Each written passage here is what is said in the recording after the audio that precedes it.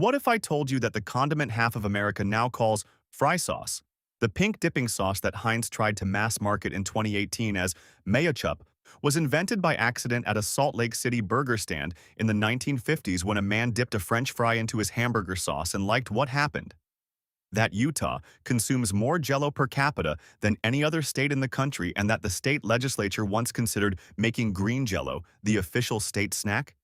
That a potato casserole topped with cornflakes became so associated with Mormon funeral receptions that an entire state calls it by a single name, funeral potatoes, and serves it at the Super Bowl party the same way they serve it at the graveside? Salt Lake City.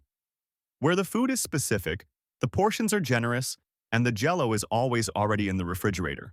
In 1924, a young Utah man named Don Carlos Edwards hooked a food trailer to his truck and drove it to the Pioneer Day Festival in Salt Lake City.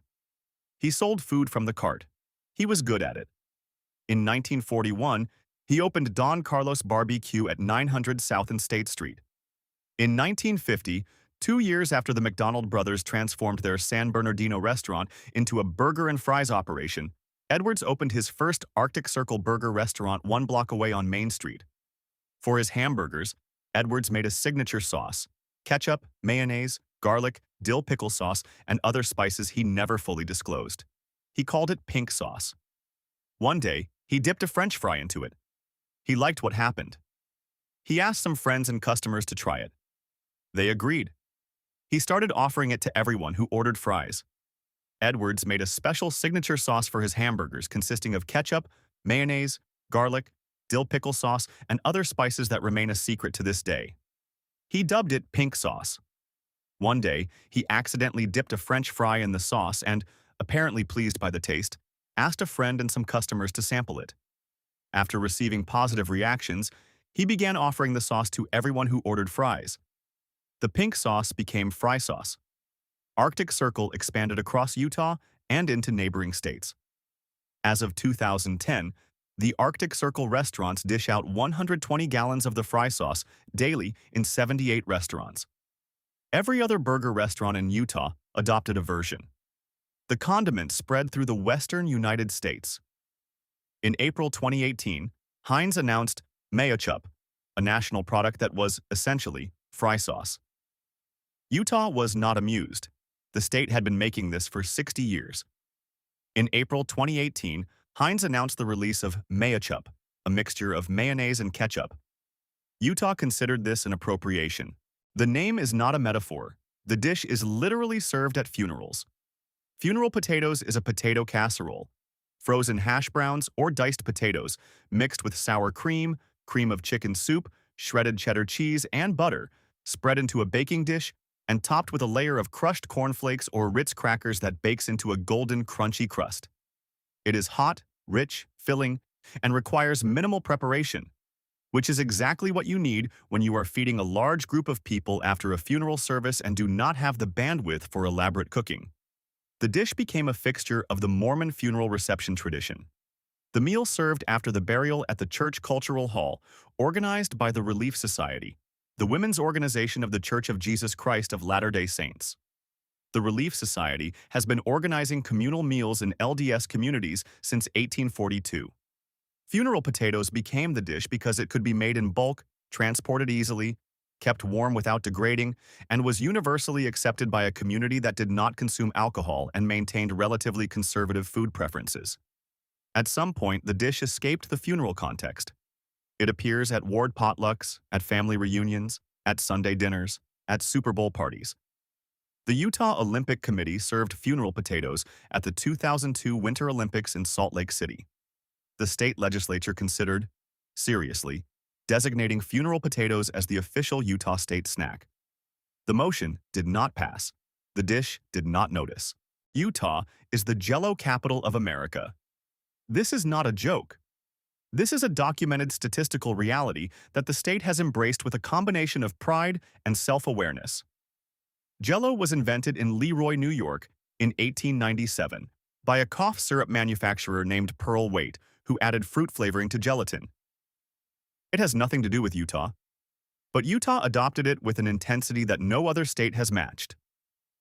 For decades, Utah led the nation in per capita Jell-O consumption. Salt Lake City was specifically called the Jell-O capital of the world. The state's nickname, the Jell-O Belt, referred to the region of high Mormon population that stretched through Utah and into surrounding states. The connection between Jell-O and Mormon food culture runs through several threads. The LDS Church historically discouraged alcohol, coffee, and tea, and Jell-O filled a cultural role as a celebratory, festive food that could be served at any occasion without religious conflict. The Relief Society standardized Jell-O salads, Jell-O mixed with fruit, marshmallows, cream cheese, nuts, or Cool Whip, as potluck staples. Green Jell-O specifically became a Utah emblem. At the 2002 Winter Olympics in Salt Lake City, the organizing committee gave green Jell-O pins to volunteers. The pins became the most sought-after collectible of the games. The Utah State Legislature that year debated making green Jell-O the official state snack. They chose Jell-O. Then they changed it to something else. The debate still resurfaces. Jell-O consumption has declined nationally since its 1960s and 1970s peak. In Utah, it remains higher than anywhere else. The Jell-O salad, layered, colorful, served in a glass bowl at potlucks, is a fixture of the LDS communal meal tradition. This requires clarification before anything else. A Utah scone is not the British scone. A British scone is a baked quick bread, flour, butter, buttermilk, served with clotted cream and jam. Dry, crumbly, delicate. A Utah scone is a disc of deep-fried yeast dough, puffed, golden, slightly crispy outside and soft and pillowy within, served with honey butter. The two items have the same name. They are completely different foods. Nobody in Utah apologizes for this. The Utah scone is fry bread by another name, a piece of leavened dough dropped into hot oil and eaten immediately when the outside is at its crispiest and the inside is still steaming. The honey butter, soft butter beaten with honey until light and spreadable, is the companion. You tear pieces of the fried dough and dip them in the honey butter. You do this until the scone is gone. The Utah scone tradition traces to the pioneer cooking of the early LDS settlers, who adapted fry bread techniques from their interactions with Native American communities and from the practical constraints of cooking on the trail. Frying bread in oil required no oven. It was fast. It was filling. It tasted extraordinary. Utah scones are served at Lion House, the historic Brigham Young family residence that now operates as a restaurant and catering facility, and at diners and restaurants across Salt Lake City.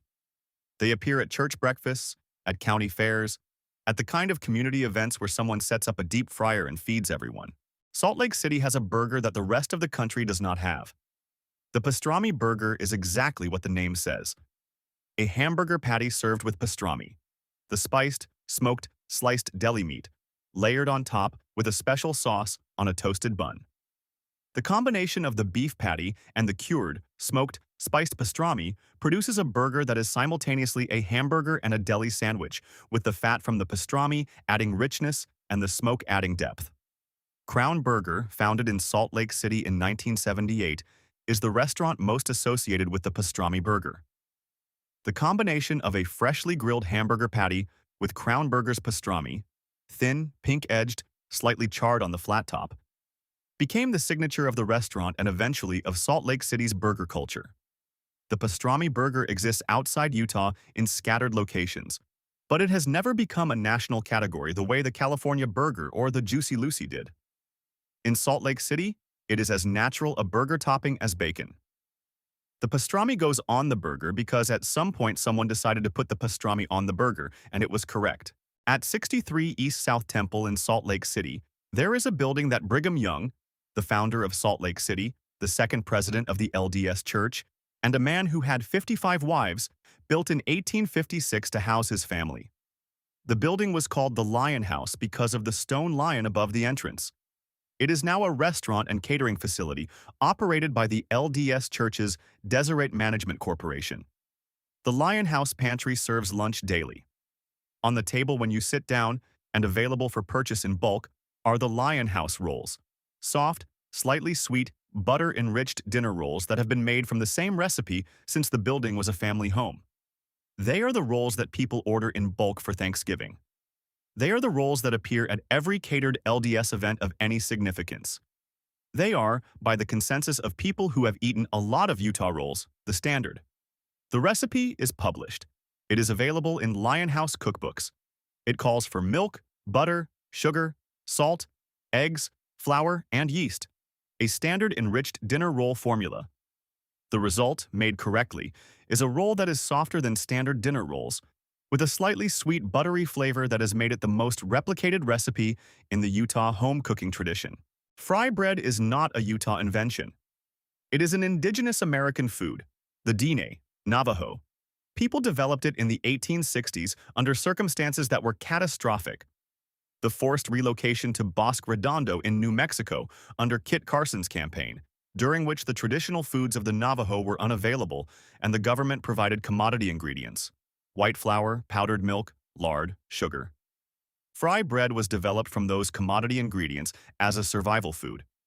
The Navajo taco, fry bread topped with beans, ground beef, cheese, lettuce, tomato, and sour cream, became a popular dish at rodeos, state fairs, and Native American community events throughout the Southwest, including Utah. It arrived in Salt Lake City through the significant Native American and Diné community in the region and became a fair food, a festival food, a food that appears at every Utah State Fair and every rural Utah County Fair. The fry bread is made from the same ingredients it was made from at Bosque Redondo in 1864: white flour, baking powder, salt, and water or milk, fried in oil. The history of the dish is inseparable from the history of the forced relocation that produced it. The Jell-O salad deserves its own entry because the Jell-O salad is not just Jell-O. The lime green Jell-O salad, specifically lime, specifically green, that appears at every Utah potluck, at every Relief Society dinner, at every ward Christmas party is a specific preparation. Lime Jell-O, dissolved in hot water, combined with cream cheese, pineapple, miniature marshmallows, and Cool Whip, poured into a dish and refrigerated until set. The result is a pale green, creamy, slightly sweet, slightly tart molded salad that occupies a category between dessert and side dish without committing to either. The green Jell-O salad is served alongside the main course. It is not considered dessert. It is not considered a salad in the way that a Caesar salad is a salad. It is its own category, the Jell-O salad, which in Utah requires no further specification because everyone knows what it means and knows it will be lime. The Olympic green Jell-O pin from 2002 depicted a bowl of the salad. When out-of-state visitors encounter it at a Utah potluck for the first time, their response is confusion, followed by consumption followed, occasionally, by conversion. In the LDS tradition, Sunday is the Sabbath, a day of rest, of church attendance, of family gathering. Cooking on Sunday is minimized. The solution, developed over generations of Utah Mormon households, is the Sunday roast. A cut of beef or pork started in the slow cooker or the oven before church on Sunday morning, cooking for 3 to 4 hours while the family is at services, ready to eat when they return. The Sunday roast in the Utah tradition is pot roast. Beef chuck or round roast, cooked with potatoes, carrots, onion, and canned cream of mushroom soup, the liquid from the soup and the vegetables making its own gravy as it cooks. It requires preparation time of under 30 minutes in the morning before church. It is on the table within 30 minutes of getting home. This is not a restaurant dish. It is a household institution. Every LDS family in Salt Lake City has a version. Every family's version is slightly different. The argument about whether cream of mushroom soup is required, whether the potatoes should be added at the beginning or the end, whether a packet of Lipton onion soup mix should be involved. These are the Sunday roast arguments that Salt Lake City has been having for generations and will continue to have. Salt Lake City built its food culture around a set of constraints: no alcohol, community gathering, practical cooking, generous portions, and produced something that is entirely its own. The fry sauce that a man invented by accident at a burger stand has been adopted by the entire western United States and is now sold by Heinz under a different name. The potato casserole that was made for funeral receptions has escaped the funeral and is now served at the Super Bowl party. The gelatin dessert that the rest of the country abandoned in the 1980s is still on every potluck table in Salt Lake City because the tradition never broke. Not every city has a dish named after the occasion it was invented to serve. Not every city's most famous condiment was discovered when a man accidentally dipped a French fry into his hamburger sauce. Not every city's relationship with a mass-produced gelatin product has generated its own state nickname, its own Olympic souvenir pin, and a genuine legislative debate about official snack status. Salt Lake City does things its own way. Has since the pioneers arrived in 1847, looked at the desert valley, and decided to build something in it.